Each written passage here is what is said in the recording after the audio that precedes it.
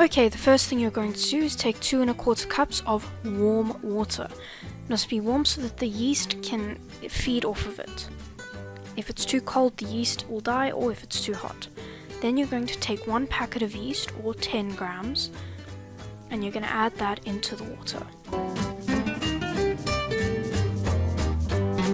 Once you've added the yeast to the water, you're going to add 1 tablespoon of sugar, and then you're going to just give it a good mix together. This is just to kind of combine it so that the yeast can feed off the sugar which is in the water. Now we're going to measure out the flour. You're going to need 6 cups of flour. If you want to make brown bread, then you'll do a half-half ratio. So you're going to do 3 cups of white flour, 3 cups of whole wheat flour. If you just want to make white bread, just use white bread flour. That's all you need. I'm using a scale to weigh out my flour because it's more accurate. 1 cup of flour is 170 grams.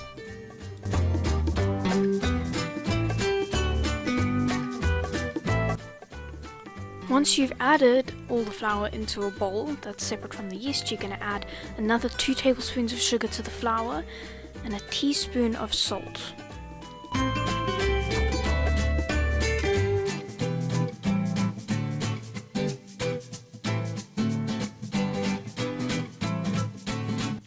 You're just going to use a whisk to combine the sugar and the salt into the flour.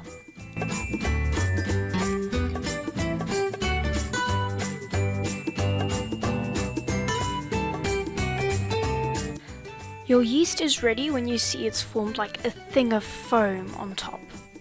This will take about 10 minutes depending on how warm the weather is.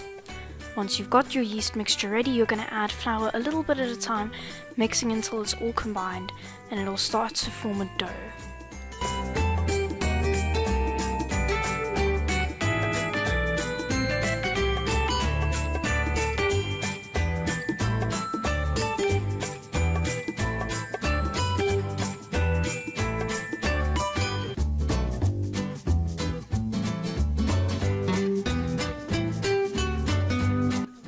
Eventually you'll see that the dough is becoming too thick for you to use a whisk for.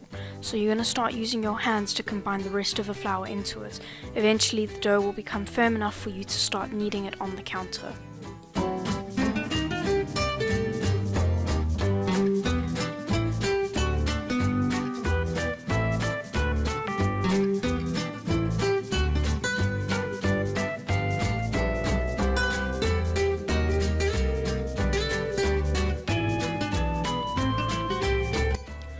Once the dough is firm enough and it's not too sticky anymore, you can turn it out onto the counter. You might still have some extra flour, that's fine, you can just put the flour on top. And then you're just going to knead it by pushing the dough out and stretching it and then folding it in half again. You're going to repeat that motion continuously until you'll see the dough starts to become smoother, and when you poke it, it bounces back.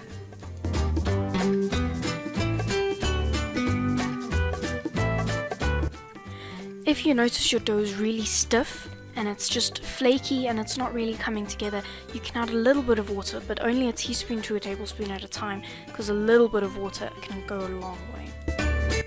Similarly, if your dough is too wet and it's super sticky, and even though you're kneading it and it's not coming together, it's just this huge wet mass, you can add more flour. This you can add quite a considerable amount at a time, don't be scared.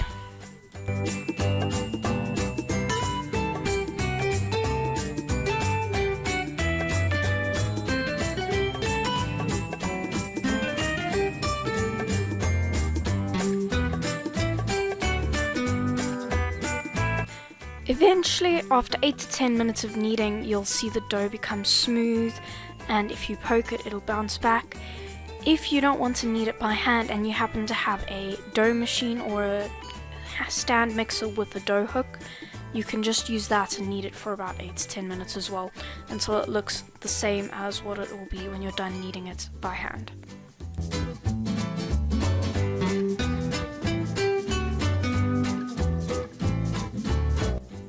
Once the dough is ready and nice and smooth and elasticy, you can set it aside and get a bowl. You're going to pour a tiny bit of oil into the bowl. You don't want too much because otherwise the dough will be extremely oily. And you're just going to use your hand to spread this oil around the bowl just to do a nice thin even layer. You can put the dough into the bowl. You shouldn't really need to add more oil to the bowl. You can just turn the dough over and then it will coat it evenly. You can just cover the bowl once you put the dough in with a damp cloth. This is important to keep the dough moist. Then you're going to take it and you're going to put it aside in a warm area for about an hour until it's doubled in size. Once your dough has risen and you can see it's about double in size, you're going to punch it down with your fist and then you're going to coat a counter with some flour.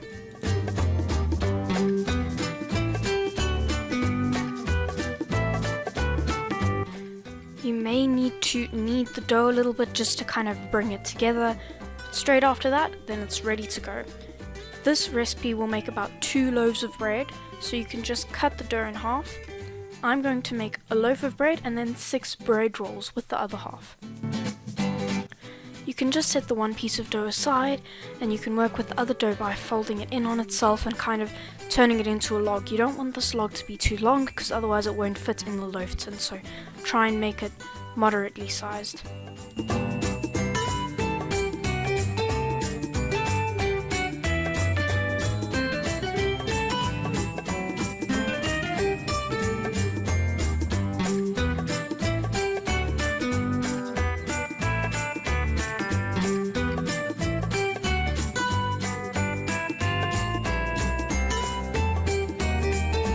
Once your loaf is shaped, you can take a loaf tin and just grease the inside of it with a little bit of oil, and then you're going to pour some flour in it and just kind of coat all of the edges with flour.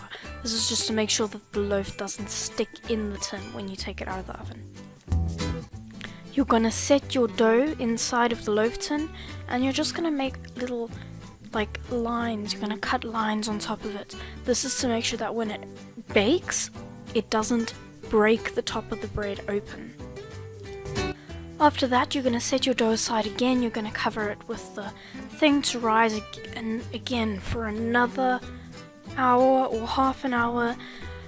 This is just to give it another proving time to make sure that it's nice and airy when you actually bake it. Here's me making the bread rolls. You can just cut it into 6 separate sections and then roll it into balls. That's all you gotta do. You're gonna grease the other, whatever you're using to bake the bread rolls in, if you are making bread rolls, the same way you did the loaf tin. Once again, you're gonna leave it to rest for about half an hour before you bake it.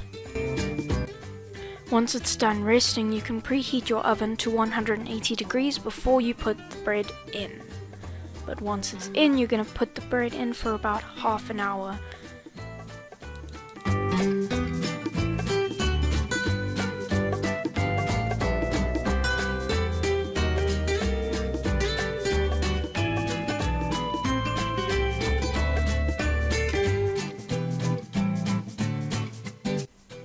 You know the bread is ready by tapping on it. It'll sound hollow. And then you know that it's cooked all the way through. Now you know how to make bread. Thank you so much for watching. I hope you enjoyed. Go look at some more how to cook videos on my channel.